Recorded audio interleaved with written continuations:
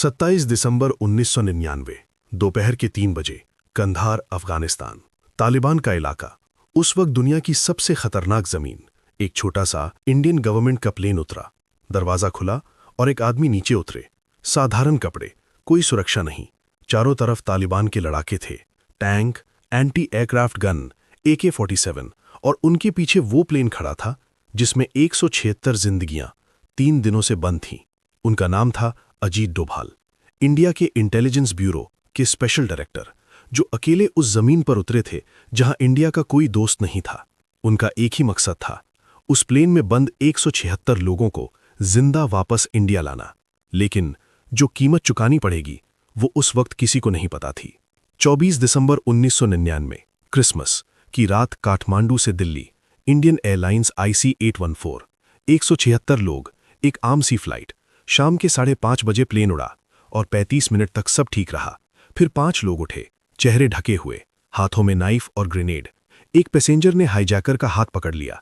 उनका नाम था रूपन कटियाल, जो अभी अभी अपने हनीमून से लौट रहे थे। उन्हें वहीं चाकू मार दिया गया। केबिन में चीखें थीं और 176 लोग समझ चुके थे कि ये फ्लाइट दिल्ली नहीं जाएगी। पायलट ने दिल्ली को कॉल किया, मेडे मेडे, IC-814 हाईजैक्ड। प्लेन मुड़ा और अमृतसर आया।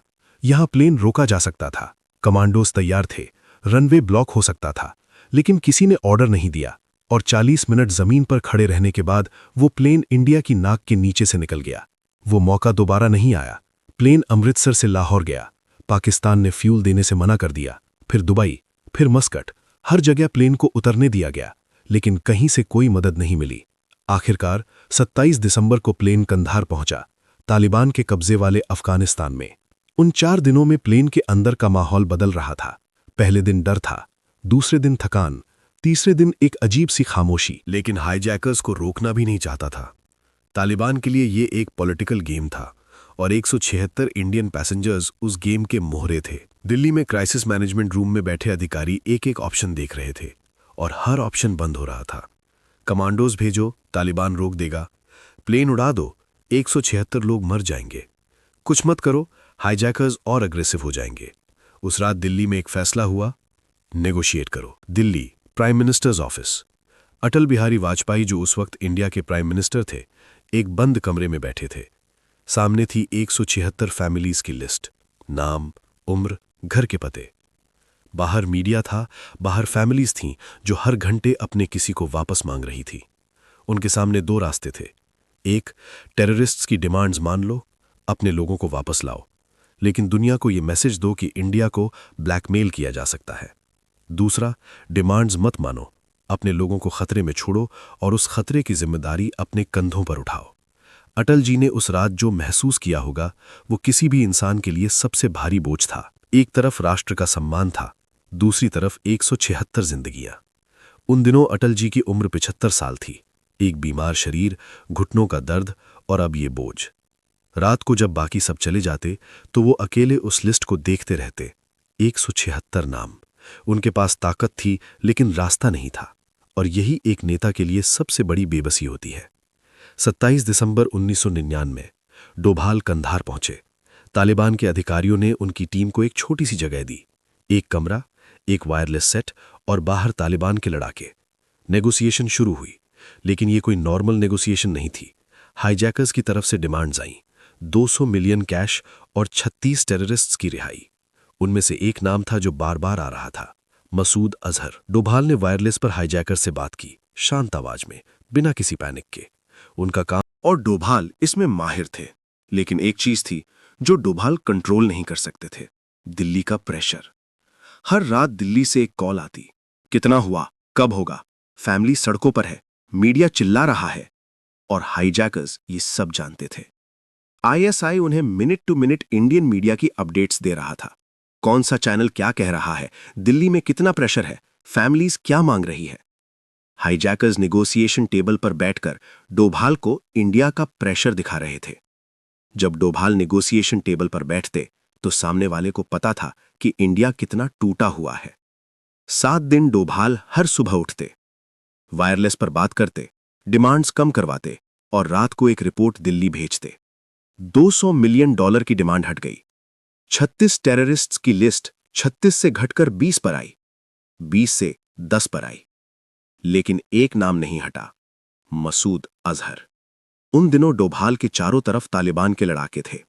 कोई बैकअप नहीं, कोई कमांडो नहीं, कोई सेफ एग्जिट नहीं। अगर हाईजैकर्स ने कुछ कर दिया तो उनकी टीम के पास भागने की कोई जगह नहीं थी। और दिल्ली में अटल जी पर प्रेशर हर दिन पड़ रहा था। 31 दिसंबर आ रही थी, हाईजैकर्स ने डेडलाइन दे दी थी। उसके बाद वो पैसेंजर्स को नुकसान पहुंचाने लगेंगे। 176 फैमिलीज टेलीविजन के सामने बैठी थीं, हर ब्रेकिंग न्यूज पर कांपती हुई। उन फैमिलीज में एक थी रूपन कटियाल की नवविवाहित पत्नी, जो नहीं जानती थी कि उनके पति प्लेन में जिंदा है या नहीं। वो हर रात टीवी के सामने बैठती थीं, हर ब्रेकिंग न्यूज पर उठती थीं और हर बार स्क्रीन पर कांधार का नाम देखकर दिल थाम लेती थीं। उनके पति उस प्लेन में चाकू खाकर भी जिंदा थे, लेकिन ये बात उन्हें कोई नहीं बता सकता था। ये सिर्फ एक औरत की कहानी नहीं थी, ऐसी 176 कहानियां थीं। 176 घर, 176 परिवार, सब एक साथ टूट रहे थे। 31 दिसंबर 1999 अटल जी ने अपनी कैबिनेट बुलाई। सामने 3 नाम थे, मसूद अजहर, उमर शेख और मुश्ताक जरगर। 3 टेररिस्ट्स जिन्हें छोड़ने की मांग थी। कैबिनेट जानती थी कि ये तीनों कितने खतरनाक थे। इन्हें छोड़ना एक बड़ी गलती होगी। लेकिन कैबिनेट ये भी जानती थी कि 176 लोग उस प्लेन में थे। अटल जी देर तक चुप रहे। फिर उन्होंने धीरे से कहा, हमारे पास कोई रास्ता नहीं है, वो 3 टेररिस्ट्स रिहा किए जाएंगे। उस रात जो फैसला हुआ वो इंडिया के लिए सबसे भारी फैसलों में से एक था। डोभाल को जब यह बताया गया तो उन्होंने कुछ नहीं कहा, बस एक लंबी चुप्पी थी। उस रात के फैसले का बोझ शायद सबसे ज्यादा एक ही इंसान ने उठाया। उन्होंने एक इंटरव्यू में बताया, हम वो नहीं कर पाए जो कि हमारे शक्तिशाली राष्ट्र को करना चाहिए था। इस हाईजैक को रोकने के लिए, इस एयरक्राफ्ट को कंट्री से बाहर नहीं ले जाने के लिए, इसका एज अ नागरिक मलाल जरूर है। 1 जनवरी 2000 कांधार, 176 लोग प्लेन से उतरे, थके हुए, डरे हुए, टूटे हुए, और वो उस प्लेन के अंदर गए। उन्होंने 176 लोगों को देखा जो 7 दिनों से उस कैबिन में बंद थे।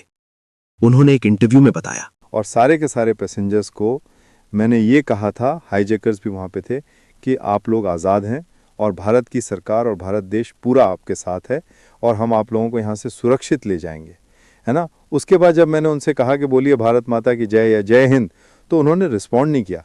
मुझे इस बात का ज़रूर मलाल था कि ये लोग इस इतने डरे हुए थे। वो खामोशी सिर्फ डर की नहीं थी, वो उस थकान की खामोशी थी जो इंसान को तब होती है जब वो 7 दिन तक ये नहीं जानता कि वो घर लौटेगा या नहीं।